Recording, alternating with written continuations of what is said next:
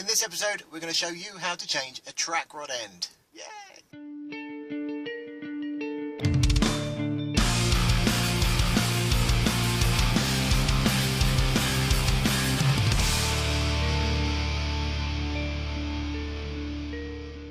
Hey, welcome to Driveway Warriors. It's another episode here, and this time, as we said, we're going to change a track rod end, and this is on our lovely Brabus Mercedes Vito van. It's the V638 or W638 model, so that's the first gen. It's got the VR6 motor from a VW Golf in it, which is quite fun to play with.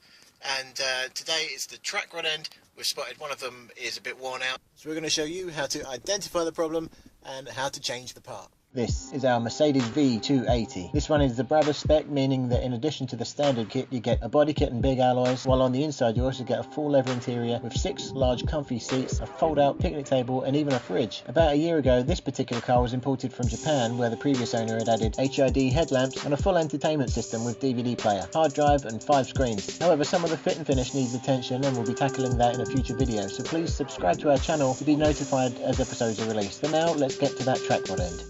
First, we'll need to remove the wheel. Quick tip, this is much harder with the car in the air. To make life easier, start to slightly loosen the bolts while it's still on the ground. Ideally a flat and level surface like our drive. Next, lift the car with your jack and slip an axle stand under. To avoid a tripping hazard, remove the handle from the jack and store it somewhere safe. If you can rotate the wheel a little, then you should have enough clearance to remove it.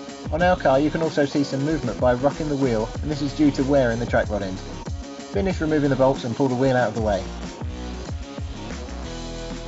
It's always worth popping on some heavy duty rubber gloves, as this will make cleanup easier later on. Screw the bolts back into the screw the bolts back into screw the bolts into the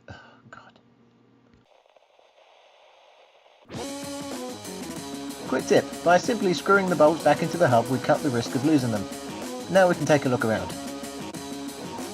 While under here, we can check the brake discs and pads, the brake wear sensor, the shock and spring, half shafts, track rods and associated gaiters and fittings. Be on the lookout for any leaking fluids around all of these parts, as that's a clear sign that something will need replacing. Looking at our old track rod end, the problem is clear. The rubber has perished, causing the grease inside to leak out. Now we'll pack your new part and compare it to the old one. If you're lucky, the parts will be exactly the same size and shape. These are much easier to change, as it's simply a matter of counting the turns it takes to remove the old part and then using the same number of turns when fitting the new one. The aim here is to maintain the overall steering geometry, meaning the ends need to be a specific distance apart. Get this wrong and you could cause toe in or toe out, resulting in excessive tyre wear and a bad ride. To get the old part off, start removing the nut on top of it. A quick tip, once the nut's off, flip it over and put it back on. It can be a real faff to get these parts out, and if you were to hit the centre bolt of the old track rod end, then you'd risk bending it, making it much harder to remove. However, by hitting the hardened nut instead, the part should be released with a few gentle taps. Next, undo the nut that's tightened up against the back to free up the part, and now it's time to get that grotty old bit off. Counting as we went, we got up to 15 turns. Pairing the two parts shows just how damaged the old one was. Now it's time for the new part, counting back up to 15 turns. Pop the centre bolt up through the brake hub assembly and tighten up the two nuts. It's worth checking the manufacturer's torque spec on these parts ahead of time, as it can be quite specific to the needs of the car. After a final check over it, it's back on with the wheel and the rocking has stopped. Our track rod is happy in its new home, so it's time to clear the area and bring the car back down to earth. Symptoms caused by this problem can include clunking when turning the wheel, noticeable steering vibrations when driving, and a reduced turning radius. If you're feeling any of this when out driving, then chances are this is your problem. If you're in any way unsure about tackling this, then it may be best to leave it to the professionals. However, if you're willing to take a little time and apply some basic logic, then you could save yourself a bill and have the car back on the road in no time. One final clean-up and we're done. Cool, so we've changed that part. It was relatively quick, relatively simple. We used some basic tools, some of that magical penetrating fluid just to get the bolt off in the first place. And other than that, it's really straightforward. You just need to make sure that you're checking the details as you go.